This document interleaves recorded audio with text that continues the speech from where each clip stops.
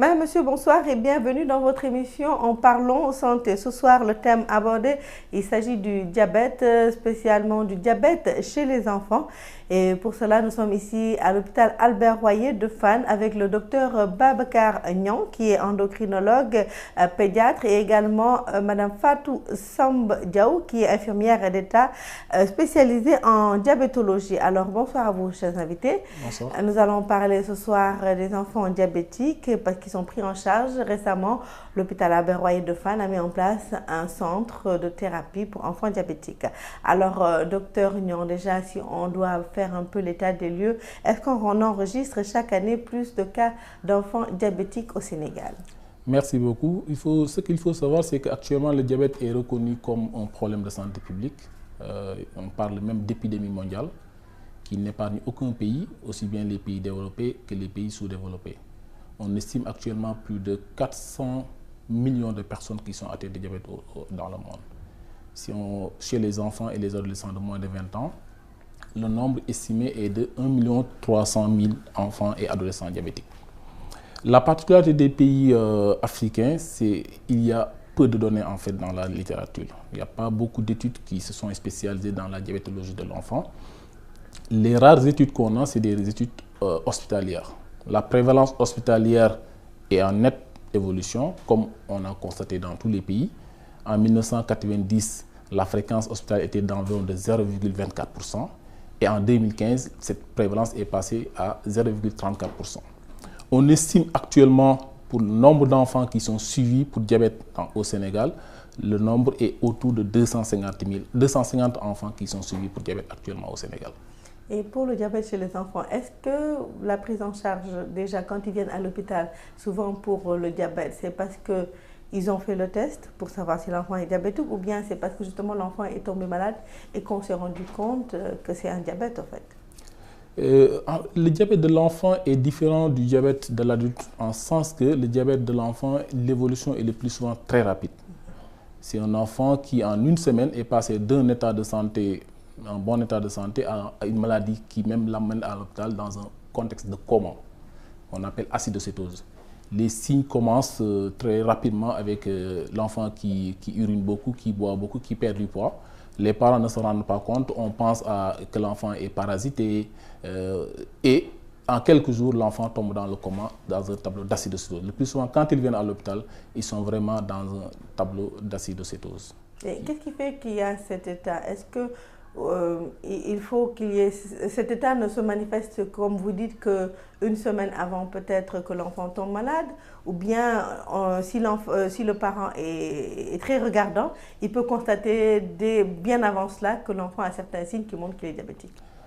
Les signes, je l'ai dit tout à l'heure, les signes qui peuvent annoncer le diabète, qu'on appelle les signes cardinaux classiquement, c'est un enfant environ 10 ans, qui était propre et qui commence à faire pipi au lit. Ça, c'est le premier signe qu'on constate chez l'enfant. Si le parent est regardant, un enfant de 10 ans, normalement, ne doit pas faire pipi au lit. S'il fait pipi au lit alors qu'auparavant, il était propre, ça doit amener à poser des problèmes. C'est un enfant ensuite qui va demander à beaucoup boire. Même en classe, il va demander à sortir pour boire, qui boira beaucoup. Et en même temps, il va perdre du poids.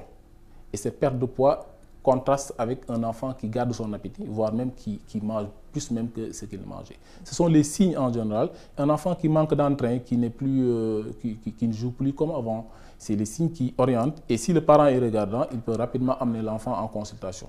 Si ce n'est pas fait, effectivement, ça va évoluer dans un tableau de coma acidocétose. Et comment se passe la thérapie à ce niveau? La thérapie dépend parce que classiquement, les diabètes de l'enfant, on les appelait les diabètes insulinodépendants. Le terme veut tout dire, ces enfants, leur corps ne fabrique pas d'insuline. Il faut leur donner de l'insuline par voie injectable.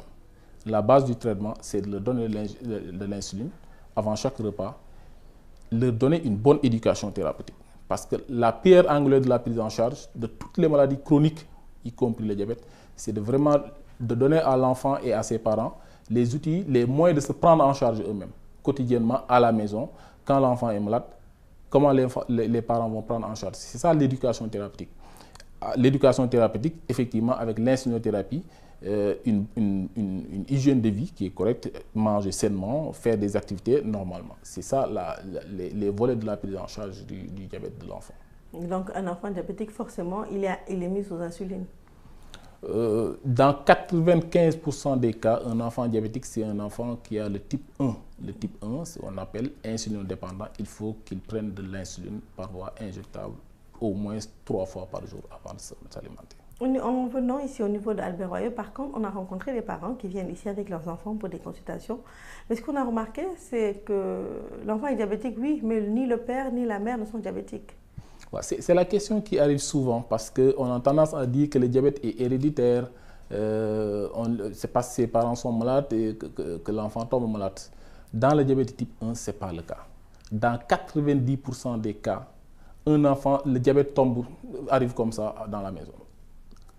Le père n'est pas diabétique, la mère n'est pas diabétique, les frères et sœurs ne sont pas diabétiques. On dit que parfois même le terme hasard, c'est le hasard qui tombe dans la famille.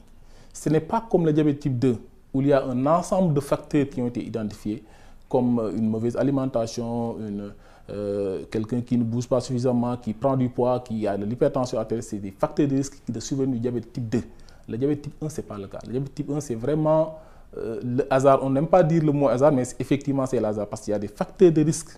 Les facteurs de risque, mais tous ces facteurs de risque-là n'expliquent pas la survenue de la maladie. Parce que ces facteurs peuvent être présents chez un enfant et que cet enfant-là ne fait pas de diabète, comme ils peuvent manquer chez un enfant qui va faire un diabète. Donc ce ne sont pas des facteurs obligatoires. Diabète, c'est un hasard, si ça arrive sur l'enfant. Alors pensez-vous que, vu les chiffres que vous avez donnés, aujourd'hui vous êtes à 250 enfants qui sont pris en charge ici, par rapport aussi aux chiffres au niveau mondial et en Afrique, est-ce que ce ne serait pas plus judicieux peut-être de la part des parents, puisque les symptômes ne sont pas forcément aussi visibles dès le bas âge par rapport au diabète? Est-ce qu'il ne serait pas bien que les parents pensent quand même à faire le test du diabète chez les enfants? Si quand même on a des soupçons, comme on dit peut-être dans la famille, ou bien on a des soupçons que tel ou tel est diabétique, peut-être qu'un des enfants pourrait être diabétique. Le plus important dans cette prévention qu'on appelle prévention secondaire qui permet de poser le diagnostic très tôt, c'est d'être convaincu que le diabète peut arriver chez l'enfant. Parce que c'est ça le problème. Le problème, c'est que ça arrive chez les parents, ils n'y croient pas. C'est-à-dire l'enfant va faire uriner, il dit que non, c'est un enfant, il ne peut pas faire un diabète. C'est que la population sache qu'un enfant peut développer un diabète. Et dès que les symptômes se manifestent, l'amener en consultation. Mais on ne peut pas faire, comme on fait chez l'adulte, un dépistage systématique tous les 3 mois à l'effet. Ça, c'est plutôt pour le diabète type 2 chez l'adulte. Un enfant, on ne peut pas lui demander de faire des glycémies tous les 3 mois, tous les 6 mois. Il faut juste être regardant sur les signes. Et si les signes apparaissent, amener l'enfant à l'hôpital, faire le dépistage en ce moment-là. En tant qu'endocrinologue pédiatre, comment se passe la thérapie à votre niveau? Est-ce qu'un enfant diabétique, vous le suivez, c'est-à-dire vous le voyez en consultation souvent, chaque semaine, chaque mois? Comment ça se passe? Il faut savoir que le diabète est une maladie à vie. Ça aussi, il faut qu'on s'arrête là-dessus parce qu'on dira qu'on traite, après on ne guérit pas du diabète. Une fois le diabète déclaré, le diabète ne guérit pas. Le diabète, on peut vivre avec aussi longtemps que possible, mais on n'en guérit pas. La prise en charge, à partir du moment où les parents, l'enfant, l'entourage acceptent la maladie et acceptent de faire le traitement comme prescrit, tout se passe normalement. L'enfant a la même espérance de vie qu'un enfant qui est non diabétique. Il y a 2 circonstances qui amènent l'enfant à l'hôpital. Ce qui est souhaitable, c'est qu'on lui donne des rendez-vous réglés. Tous les 3 mois, il vient, on lui fait son hémoglobine glycée, regarder son carnet pour voir est-ce qu'il est équilibré, est-ce qu'il y a besoin d'adapter la dose ou pas. La deuxième situation qu'on ne souhaite pas, c'est que l'enfant tombe malade. Parce qu'on le dit à tout moment, si l'enfant tombe malade, il faut l'amener à l'hôpital. Les 2 maladies qui amènent l'enfant à consulter, c'est le plus souvent une situation de déséquilibre. Le déséquilibre, soit acidocétose, on dit l'enfant tombe dans le coma, on l'hospitalise. La deuxième situation, c'est un enfant qui fait une hypoglycémie, c'est-à-dire le taux de sucre baisse brutalement et très profondément. En ce moment-là, l'enfant a besoin d'être resucré, soit par voie orale si l'enfant est encore conscient. S'il n'est pas conscient, il faut le resucrer par voie intraveineuse. C'est les 2 circonstances. Maintenant, un enfant diabétique est un enfant comme tous les autres. Il peut tomber malade comme tous les autres. Il faut avoir le palud, il peut avoir la diarrhée. Il faut juste savoir que l'enfant qui a le diabète, ses défenses qui sont un peu affaiblies. Donc s'il tombe malade, sa maladie peut être plus sévère qu'un enfant non diabétique et que cette maladie-là peut déséquilibrer son diabète. Donc il ne faut pas traîner avec un enfant qui a le diabète. S'il a la fièvre, quel que soit le symptôme qu'il présente, il faut rapidement amener en consultation pour qu'on le traite. Alors, au niveau de Albert Royer, vous avez ouvert récemment un centre de thérapie pour enfants diabétiques. Qu'est-ce qui a poussé aujourd'hui à l'ouverture d'un centre pareil? Je pense que c'est une première aujourd'hui au niveau de Albert Royer, même au Sénégal, pour cette prise en charge d'enfants diabétiques. Pour répondre à cette question, nous serons obligés de parler un peu du projet CDIC. Le CDIC qui veut dire en anglais Changing Diabetes in Children, en français changer la vie de l'enfant diabétique. Ce projet est initié par Novo Nordisk en partenariat avec l'État du Sénégal, c'est le ministère de la Santé. Le constat, c'est que le diabète existe partout, aussi bien dans les pays développés que dans les pays en voie de développement. Dans les pays développés, un enfant qui a le diabète, l'espérance de vie est la même qu'un enfant non diabétique. Ses chances de réussite sociale, professionnelle sont les mêmes qu'un enfant non diabétique. Pourquoi? Parce qu'ils ont des structures, des personnes qualifiées qui leur permettent de prendre en charge ces enfants correctement. Si on vient en Afrique, l'espérance de vie d'un enfant diabétique ne dépassait pas 1 an après le diagnostic. Les enfants mouraient de diabète. Pourquoi? Parce qu'ils n'avaient pas accès à l'insuline, ils n'avaient pas accès aux structures de soins qui faisaient que les enfants décédaient. Pour rappel, un enfant qui a le diabète de type 1, qui a besoin d'insuline, c'est l'insuline ou la mort. Donc, l'insuline est indispensable. Dans ces pays africains-là, il y avait peu de spécialistes en la matière, il n'y avait pas de structure adaptée. S'ils existaient, ils n'étaient pas accessibles aux parents. Donc, Novo Nordisk a initié ce programme. Et ce programme est axé sur 5 composantes essentiellement. La première, c'est de donner aux enfants de l'insuline humaine gratuitement, de leur donner du matériel de suivi, c'est-à-dire le glucomètre, les bandelettes et les hémoglobines glyquées qu'ils vont faire, de former des personnels de santé. Dans tout le territoire du Sénégal, on reviendra sur les chiffres qu'on a déjà atteints, et de réfectionner des sites qui permettent de prendre en charge ces enfants-là.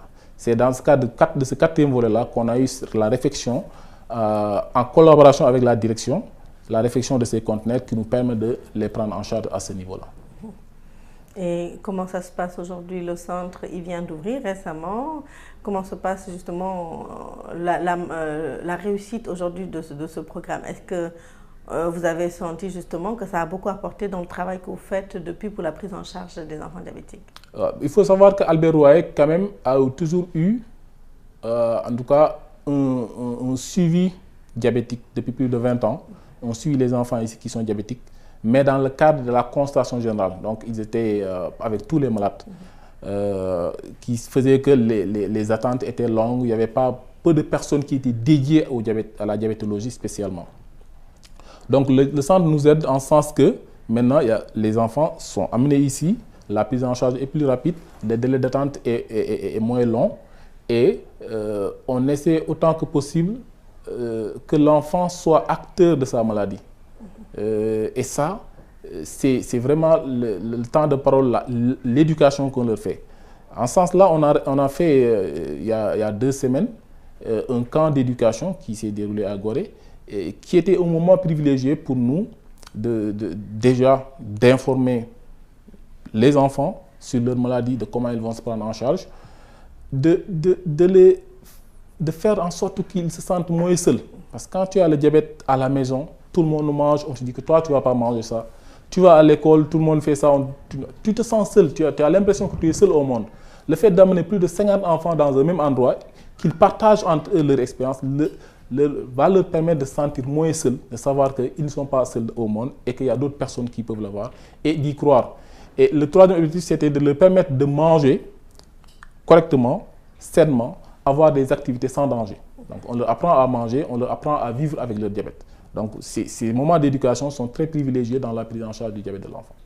Justement, une étape aussi importante dans ce que vous faites dans ce centre, c'est l'éducation.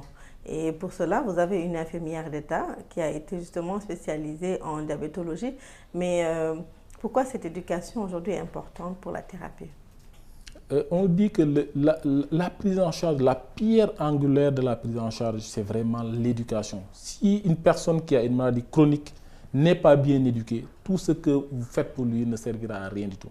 Parce qu'il vient à l'hôpital, on lui donne des conseils, on lui donne un traitement, c'est à la maison que le traitement va se passer. Si le patient n'adhère pas, ça ne servira à rien du tout. Il faut que le patient adhère. Pour adhérer, il faut connaître d'abord sa maladie, il faut savoir qu'est-ce qu'on a. Et il faut y croire, parce qu'il y a beaucoup de personnes qui n'y croient pas, qui ne croient pas qu'ils sont diabétiques. Tu leur dis que tu es diabétique, ils vont aller voir un médecin. Ou bien ils vont aller voir un praticien qui va leur dire... Alors, on va se tourner quand même vers Fatou Samba Diaw, qui est infirmière d'État spécialisée en diabétologie. Alors, Fatou, par rapport à cette éducation, c'est vous qui vous en occupez au niveau de ce centre, comment ça se passe? Quel est le travail essentiel de cette éducation, avec bien sûr et les enfants et les parents? Merci Ramata. Ici, l'éducation thérapeutique, on l'organise par des séances groupées. On invite les enfants, on les donne des rendez-vous d'éducation thérapeutique, c'est-à-dire une causerie entre le diabétique et son entourage. Soit c'est la maman qui vient ou le papa et la maman. Une fois ici à l'hôpital, on a des thèmes. Si c'est un diabétique nouvellement dépisté, on utilise les posters de 1 à 5 qui ont des thèmes bien déterminés, comme comment injecter l'insuline. Qu'est-ce que l'insuline déjà? La différence entre les insulines. On essaye d'inculper à l'enfant et ses parents la différence des insulines et la différence des seringues. Parce qu'il faut qu'on essaye d'autonomiser l'enfant. Comment l'enfant et les parents déjà. Comment prendre l'insuline. L'insuline, c'est une hormone en flacon. Donc, pour l'utiliser, il faut aspirer avec une seringue. Et ça, c'est nouveau. D'habitude, les personnes pensent qu'utiliser une seringue, c'est la pratique des infirmières. Maintenant, celui ou celle qui a le diabète doit vivre chez lui avec ses insulines. Le matériel qui est composé de glucomètre pour faire le test de la glycémie, l'insuline et les seringues à insuline. Tout ça, c'est un apprentissage qu'on doit dérouler pour que l'enfant puisse sortir de l'hôpital autonome. Et qui apprend aux enfants à faire ces injections? Moi, je suis accompagnée de mes collègues infirmiers, mais je pilote l'équipe. Alors, nous allons vous proposer tout de suite d'écouter des témoignages de parents et d'enfants que nous avons rencontrés ici au niveau du centre de thérapie pour enfants diabétiques à Albert Royer.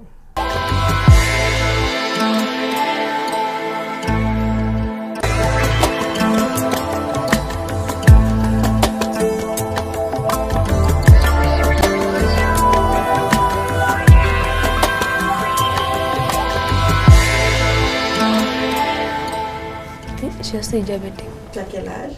14 ans. Depuis 3 ans. Comment on a découvert ton diabète? Tu es tombé malade? Oui. On m'a amené à l'hôpital. Quel hôpital? C'est Albert Royer. Je me suis endormie pendant 2 ou 3 jours. Quand je me suis réveillée, ma mère m'a dit que tu as le diabète, tu ne mangeras pas de sucre. Et on a commencé à me donner des insulines. Et on contrôlait mon taux de sucre. À l'école, j'ai de bonnes notes. Je suis en classe de 5e. moo dem am diabète ci kër gi maamam dafa diabète mooy ki ma jur sam pap bon mu nañ ne fa lañ ko jëlee fa la ko jëlee daal. mais man amu sama soxna amul sama famille soxna daal amuñu daal sama pap moo am mu nañ ne fa la ko jëlee bon bu mu koy njëkk a daaneel xam nga rek loo xamul daf ñu bett trop parce que ñu ngi doon naan sax xale la day màgg parce que dama dem ba lekkam day lekk rek bu ko lekk daal ñu ne xale day màgg maama bu jigéen naan su ma waxee ma ne mère mais kii day lekk rek mu ne ko non xale la day màgg muy dem noonu di dem noonu ba affaire daaneel ko benn jour ñu yóbbu si benn clinique bon clinique boobu sax mën nañ ne moom moo gën a yokk diabète bi parce que dafa egg rek xooluñu sax suukar bi xooluñu dara ñu kii ko sol ko ay butéel bon mu nekk foofu ba guddi ñu libéré ko ñu ànd kër gi ñëw ñu toog ba xaaju guddi affaire bi daaneel ko def ko ay nelaw daal ma yow xëy liggéey yaa ji woo ma ne ma Fama dafa sonn ma ne ko bu sonnee da nga ko yóbbu hôpital yóbbu ko si clinique ba mu ne ma déedéet am na ku ma ne naa ko yóbbu Albert Royer ñoo ay si xale si lañ ko gàddoo indi man ma jógee fi may liggéey ñëw fekk sax moom muy nelaw comme ni mu wax rek nelaw na ñetti fan bon demoon nañ sax ba suñu xel ñaaw daal xam nga nelaw moom si xale da ngay naan kii la day nekk na daal loo xam ne lu ñu bett la mais wax dëgg yàlla tamit bi ñu ñëwee gis nañu taxaw bi chaque instant ñu ngi dugg di ko xool ba yàlla def sutura yàlla def na sutura bu baax bon ba pare tamit ñu ngi sant yàlla daal di sant waa Albert Royer wax dëgg yàlla taxaw nañu depuis boobu ba léegi sama téléphone sax dama jël di woote ñu ne ma ñëwul wala ñoom si boppam dañ may woo ne la Fama nu mu def ndax amul lu mu jàmbat amul lu mu kii ma leen wax dëgg yàlla macha allah sant yàlla si laa doon bëgg a ñëw parce que bi may soog a ñëw affaire dafa gënoon métti woon na trop surtout si garab ci bandelet yi yeeg yooyu parce que nekk na loo xam ne lu cher la man jëndoon naa presque ñaari appareil mais benn baaxu si mais bi mu ñëwee jox nañ ma appareil jox na ma ay bandelet mun naa ne samay bandelet léegi lay soog a jeex boobu léegi moom lay jël te ñu ngi may nee sax lu tax bu mu jeexee ñëwuloo may la kay ñëw na xëy na dama fekk ngeen jàpp bon yëg nañ ci suñu bopp parce que métti woon na trop bandelet boo xoolee boîte bi rek 8500 laa ko doon jëndee damay dem pharmacie sax yenn saa affaire day dëgër ma dem lebi lenn rek bëggoon naa si yokk may kii piqûre yi parce que man kii wi laa jël big bi boobu nag moom cher na trop mais ñu ngi si góorgóorlu waaye boobu tam bu si mën boolee tamit dina gën a neex daal.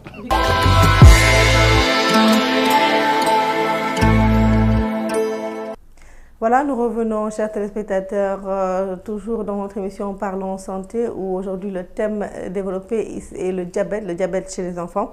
Alors, je vous rappelle que nous sommes sur ce plateau avec le docteur Babacar Niang, qui est endocrinologue, pédiatre. Alors, vous avez entendu avec nous ces enfants, docteur. Pour certains, il faut faire attention. Par exemple, quand ils vont à l'école, parce qu'ils doivent éviter certaines plaies. Apparemment aussi, on les a beaucoup sensibilisés sur le fait qu'il faut éviter de se faire mal. En fait, tout ça fait partie de la prise en charge de l'éducation, c'est-à-dire apprendre à l'enfant à vivre avec sa maladie. Donc, les choses quotidiennes de la vie, comment on peut les faire sans danger. Je voudrais revenir un peu avant ça sur l'alimentation. Je pense qu'il y a une chose qui est très importante. Avant, on parlait beaucoup de régime diabétique. On se rend compte que ce régime était tellement contraignant pour les personnes diabétiques de façon générale, l'enfant en particulier, et que ça ne donnait pas forcément des résultats. On se demande de mettre 7 cuillerées de riz, etc. C'était très contraignant et très difficile à appliquer dans nos pratiques et que ça ne donnait pas de résultats. Et que l'autre particularité chez l'enfant, c'est qu'un enfant, il grandit. Un enfant, c'est un être en croissance. Et un enfant qui grandit a besoin des apports alimentaires suffisants. Un enfant diabétique et un enfant non diabétique ont les mêmes besoins en matière d'alimentation. Le problème, c'est juste l'équilibrer et les varier. C'est ça le sens en fait de l'éducation dans l'alimentation de l'enfant. Donc, mais la gestion de la vie quotidienne est un ensemble ça fait partie du package d'éducation thérapeutique. Et par rapport aux injections, quand il y a oubli, est-ce qu'il faut rattraper? Comment on fait? Ça c'est important. C'est-à-dire, il faut savoir qu'il y a deux types d'insuline classiquement. Si on parle on fait abstraction de leur origine, il y a deux types selon leur origine, mais selon leur mode d'action, il y a deux types. Il y a l'insuline rapide et l'insuline qui est lente. On le dit classiquement que l'insuline rapide, c'est de l'insuline pour manger. On ne peut pas manger sans prendre son insuline rapide. Parce que quand on mange, 1 heure, 2 heures après, le taux de sucre augmente. Si tu es diabétique, tu n'as pas d'insuline qui permet de rabaisser la glycémie. Ce taux de sucre augmente, peut être délétère. Donc si on mange, il faut obligatoirement l'accompagner d'une injection d'insuline. Et il y a aussi l'autre insuline qu'on appelle l'insuline pour vivre. C'est l'insuline qu'on dit basale, qu'on doit prendre le soir, qui permet, même si on dort la nuit, on ne mange pas, tu as un niveau de l'insuline minimal dans ton sang qui te permet de vivre. L'insuline pour manger, si on l'oublie, il faut toujours le rattraper. Mais le problème, c'est de prendre l'insuline au moment de se coucher. Parce que si tu oublies la dose d'insuline du soir et que tu vas jusqu'à 23 h, tu te rends compte que tu n'as pas eu d'insuline, tu prends l'insuline sans manger, le risque c'est de faire l'hypoglycémie dans la soirée. Donc tout dépend du taux de... Quand on se rappelle, c'est quel moment de la journée on se rappelle? Est-ce que si c'est la nuit?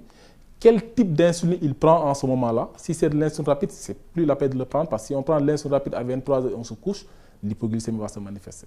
Tout dépend déjà du moment où on s'est rendu compte qu'on n'a pas pris d'insuline et du type d'insuline que la personne prend.